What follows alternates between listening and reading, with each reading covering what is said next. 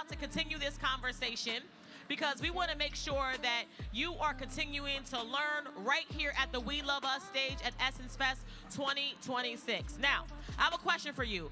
How many of you in this room like food? Okay, 3 people like food, so everybody else don't like food. All right, how many of y'all like to drink, right? Maybe your choice is drinking, okay? Well, not that kind of drink, right? But I'm just saying, right? So food and drink and culture all go together. So with this next conversation, we're gonna dive into all of that. We're gonna talk about more than a menu, building community through food, drinks, and culture. And this conversation is going to be powerful because a lot of times we don't understand how food and drinks can be a cultural connection. Now think about it. When it's a birthday or a holiday or Thanksgiving, we all get together and we eat and we celebrate. But what if it's something more than that? And that's exactly what we are going to dive into right about now. Also, there are so many moving parts, but there are video guys, there are AV people, there are so many people making Essence Festival work. So if you see a photographer, you see somebody in all black and they're working, let's so you know what they're doing is so important behind the scenes for you to have a great Essence Festival experience, okay? So as we continue to grow and go, I'm just curious, how many of you, what's going on with the green bags? You giving out green bags, ma'am? Okay. So if you want a green bag, go ahead and raise your hand. Don't mob her. She gonna come to you. She gonna give you a green bag. See, that's what happens when you come to the We Love Us stage.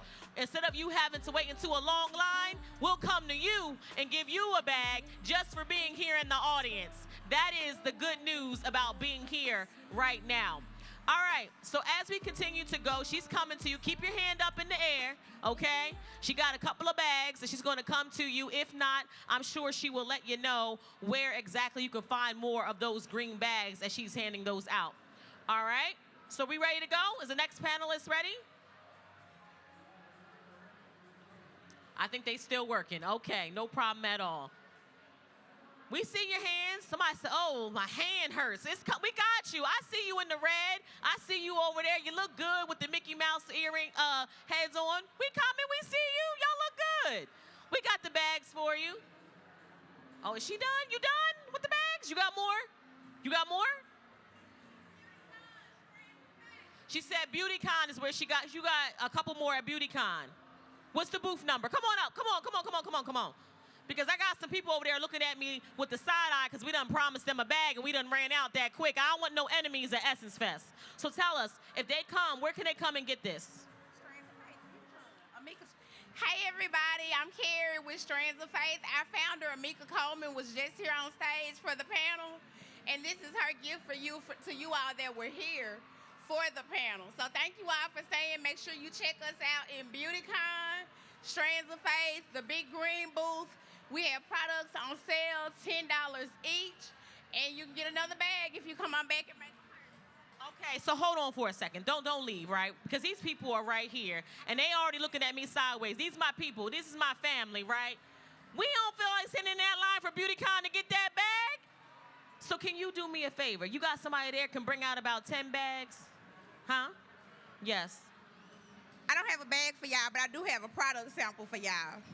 Okay. We can work out a product sample, okay? So don't mob her. She gonna go over here. If you had your hand up for a bag, she don't got a bag, but she gonna save you a wait and give you a product sample. Is that okay? Did I make it right for you? Okay, perfect. Going over there and give a product sample. You see how we work it out here at Essence Fest? We work it out. Because I already knew when she said get in that line and come to BeautyCon, y'all was looking at me like, no ma'am, okay? So we want to make sure we can maximize your experience. Special thank you to everyone for Strands of Faith for providing that. All right. So I want to give you a little insight on this next conversation. Right? We're going to talk about more than a menu, building community through food, drinks, and culture. From coffee shops and cocktail bars to restaurants and gathering spaces, these founders are creating more than places to eat and drink.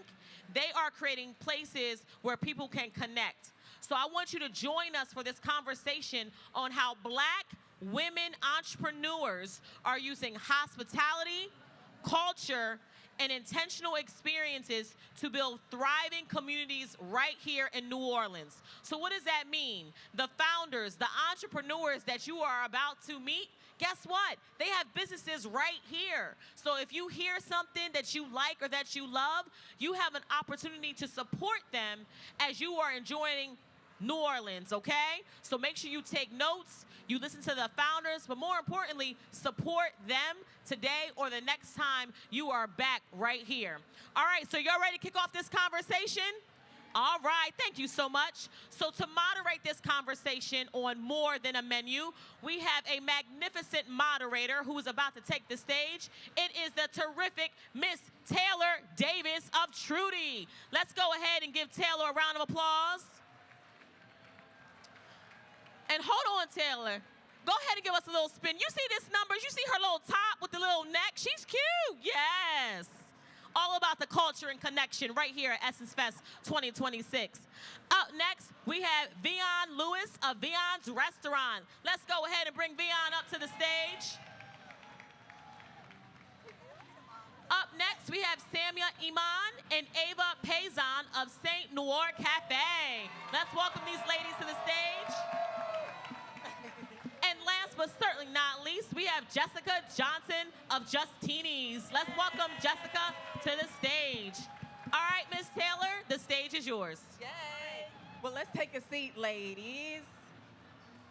Hello, everyone. Welcome. I'm so excited to have you all here today with this esteemed panel, and we're excited to talk about the food and culture of New Orleans. So, from coffee shops to cocktail bars, restaurants, and gathering spaces, these founders are building places where people can connect and not just eat and drink, but really build community. So today we're going to talk about entrepreneurship, owning businesses, and we're going to start with Dr. Vion Lewis. So Dr. Vion Lewis is a fourth-generation New Orleanian and the founder of Vion's, a community gathering space that honors her mother's culinary legacy in the heart of New Orleans. A PhD in medical genetics and a leader in STEM, Dr. Lewis pivoted to hospitality to restore a historic New Orleans building and create a space where culture, food, and the next generation of leaders converge. She has been recognized among New Orleans City businesses Power 25 in tourism and hospitality, and honored as an In the Lead Best Minority-Owned Business. So let's give a round of applause for Dr. Vion Lewis. Thank you very much. And we also have Jessica Johnson. Jessica Johnson is the owner of Justinis, a boutique, yes, round of applause, a boutique restaurant and cocktail bar in New Orleans' Bywater neighborhood. A proud Southern University graduate, she transformed her mobile bartending business into one of the city's favorite gathering spaces. Having partnered with brands and organizations including Nike, Google, and the NAACP, Jessica is passionate about creating opportunities for women, fostering community, and using hospitality as a platform for connection, empowerment, and celebration.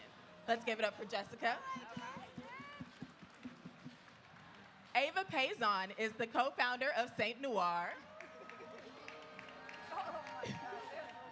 and passionate about creating spaces where meaningful connections thrive.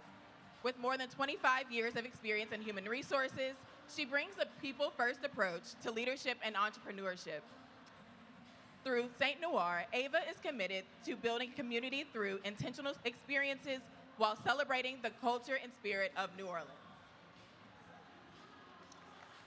Yes. Samia Iman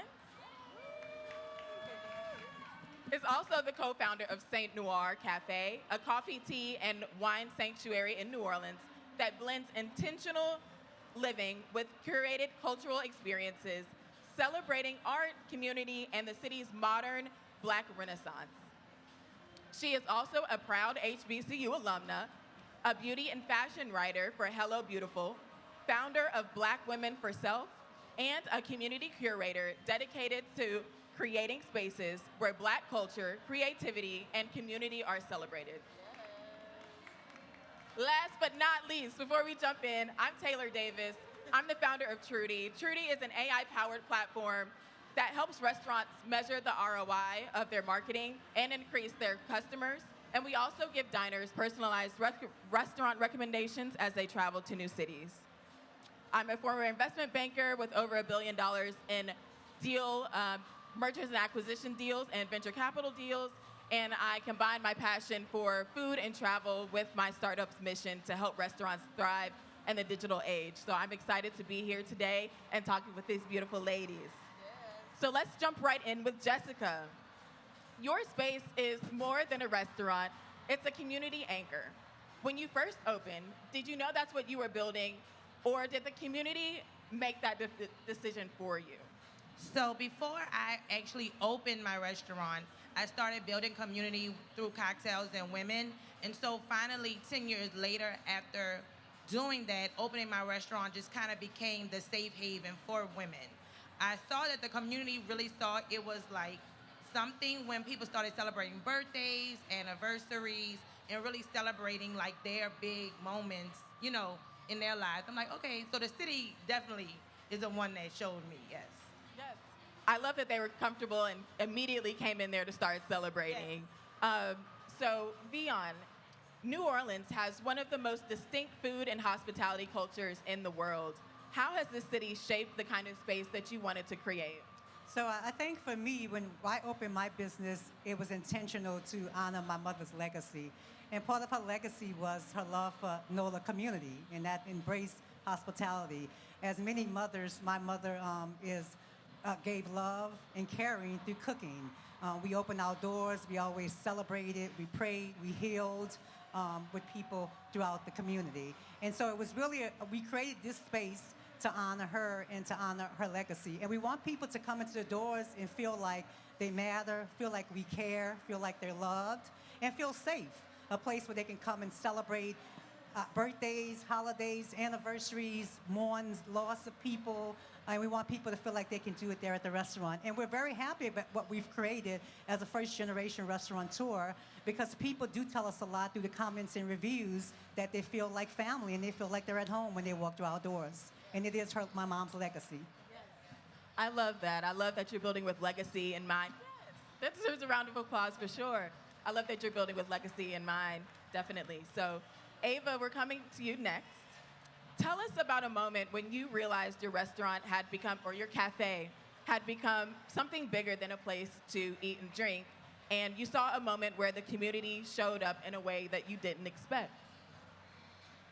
Yeah, I actually really love this question, and the reason why is because I think from the beginning we never wanted just a coffee shop, right? So we were always very intentional about building a space where all people felt like they belonged and they felt welcomed. And then for me, being a black woman born and raised in the city of New Orleans, I think that this city is incredibly special to me, right? And so I think when, we were thinking about doing this and building St. Noir from the very beginning, we saw community at the center. So I don't necessarily feel like it's been a grand moment. We've been open for about a year, but it's been the small moments, just kind of confirming that St. Noir is doing exactly what we envisioned. And then even if you come to the cafe, you'll see entrepreneurs meeting and working together. You'll see students studying on one side, and then a group of friends who I actually see some of them in the crowd that meet every morning to come together, fellowship, and they never were friends prior to St. Noir, right? So that lets me know that St. Noir is actually doing exactly what they're supposed to be doing in the community. Yes, that's beautiful. My team and I had the opportunity to go do some work at St. Noir yesterday, so I definitely agree with that. It's a beautiful space. So let's hear from your co-founder of St. Noir, Samia, on how you work with social media. Very popular panel, very popular. So how you work with social media in a day and age where so many people discover where to eat and drink based on what's on socials. So social media has changed how people discover restaurants, but you're clearly building something that keeps people coming back. How have you accomplished that, and how does that show up in your business every day? That's a great question. Can you guys hear me? All right. So yes, social media definitely gets people to the cafe. But what keeps them in the cafe and keeps them coming back, like Ava said, is the intention behind the atmosphere that we curated. I believe it was Maya Angelou once said that the ache for home is in everybody. People are looking for safe spaces where they can just be and where they can be themselves and not be questioned. And that's exactly what St. Noir is. So let me take you through the vibe a little bit. You're gonna walk through the space, and when you walk in, you're gonna possibly hear a familiar song playing. Maybe Frankie, maybe D'Angelo, possibly Lauryn Hill, Solange. So that's gonna get you right there. Then you're gonna probably look in the corner and see a fly sister with a fly twist out or a banging silk press. You're gonna see a smooth brother at the high bar checking on his computer. You're gonna smell the incense or the coffee brewing, and your body's gonna say, this is familiar. I feel like I'm at home. And in a world that's so divided right now, we need more safe spaces where people feel like they're at home, and that's what we do. We even open the coffee shop up to other brands to come and sell their products, to artists to have a platform, you know, for artists to sell their work. Because we understand that in order to receive support, you have to give it. You see what I'm saying? And that's loyalty to us, the support that we get back. Like Ava said, we got 2 of our favorite customers in the audience today. If that's not loyalty, I don't know what is.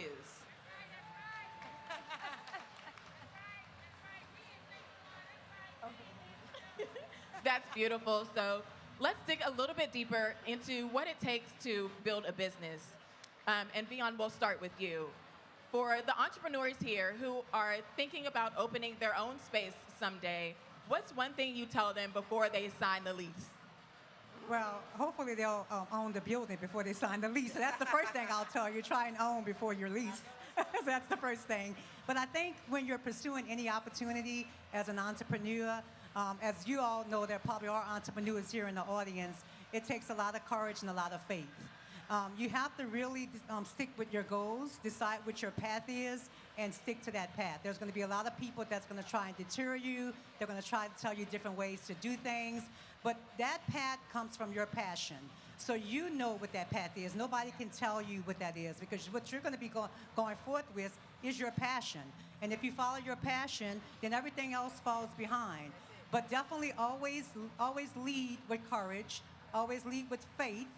Always have mentors who you can follow. Don't be afraid to embrace mentors and get people to help you. And always be definitely truly an owner, not someone that's renting and leasing. Even if you start off that way, always have a path to true ownership, which means that you own the property, you own the business, you own everything. So that would be my advice.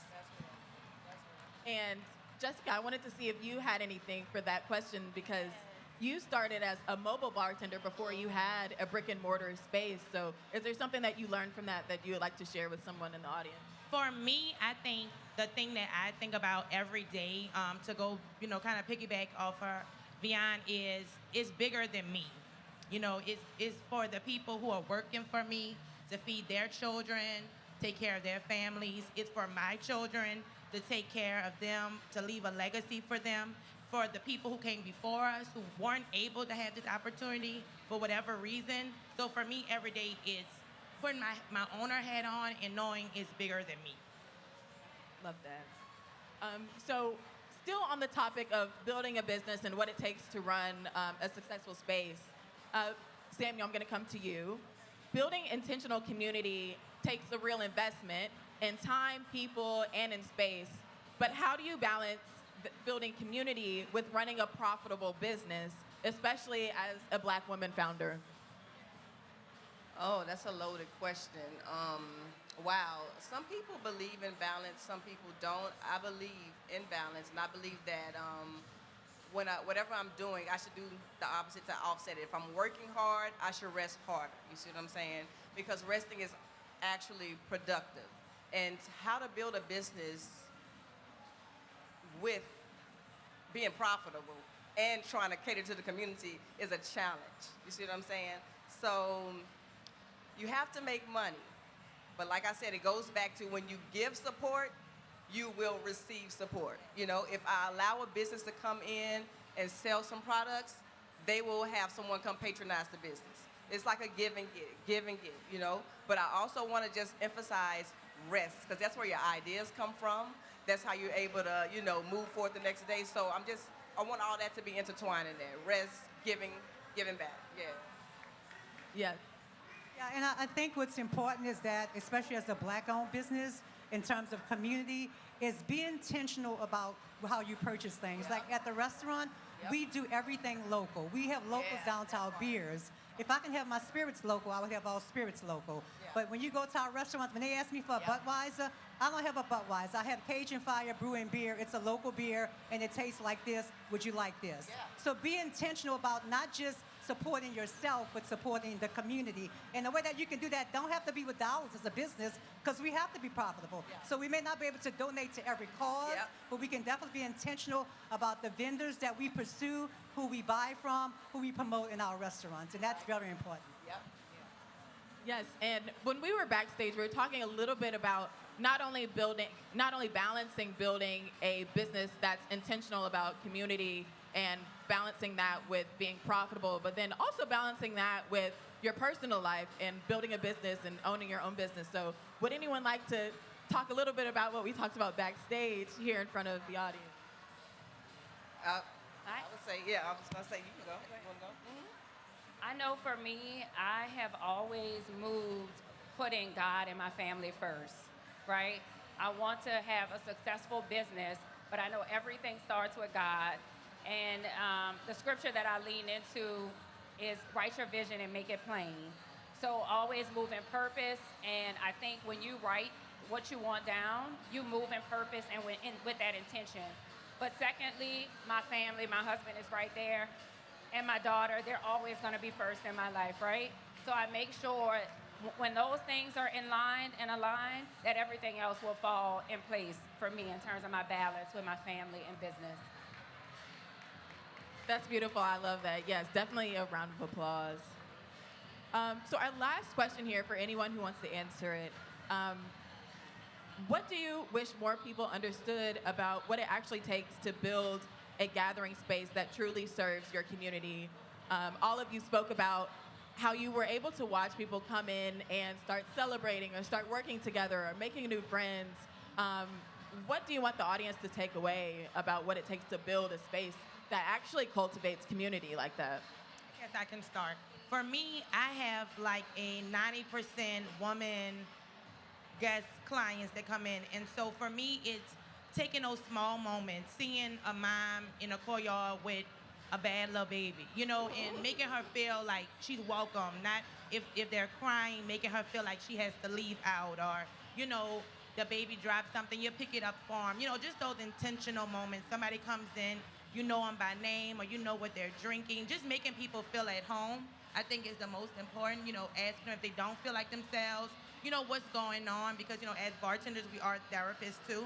So just, you end up knowing your guests, and once you build that community, once you start realizing they're not looking the same, or they're not as happy as they usually are when they come, because they're coming because they feel like they're at home. Right, exactly.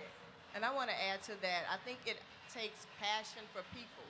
Like for St. Noir, all of us, Corey, Dallin, Ava, now we all have some type of aspect of passion for people, and if you don't have the passion for people, then possibly you're not going to build a community. But you have to have that passion for what you're doing. You have to really love that, and you have to have the passion for people, I love that. I bet that's something that can really be felt. It is something that can really be felt in all of your spaces, having that passion for people and wanting people to have a great experience. So now we're going to do our speed round. I'm going to ask for a little bit of audience participation. So who has had a great time in New Orleans and tried some great food this weekend? Food and drinks and coffee? Perfect. Well, for those of you who are looking for cocktails, Jessica, what do you suggest people go for some good cocktails? One more time. Justini's, of course, 3162 Dauphine Street in the Bywater. Lovely. And Ava and Samia, for anyone in the audience who might be looking for a really great Fruit Loop, matcha or lavender lemonade, where might they go? The Cafe Sanctuary, St. Noir, yes. Awesome. And Vion, if someone is looking for some handmade Creole butter sauces, amen. Where might they go for that? I would definitely say Beyond's. We actually call our sauces the mama sauces because they're my mama sauces. So, and we won many awards for those sauces. Ooh, awesome. Well, there you have it. Oh, she said the best bread in the world. Yeah. Mamas. All right. Well, there you have it. And one last plug for Trudy. On Trudy, you can find all of their restaurants and cafes in one place. And definitely make sure that you go out and spend your last days here in New Orleans if you're visiting from out of town, patronizing their businesses and other Black and women-owned businesses. So we've had a great time with you all. I hope you learn more about the culinary culture here and building community, and enjoy the rest of your time at Essence. Yeah.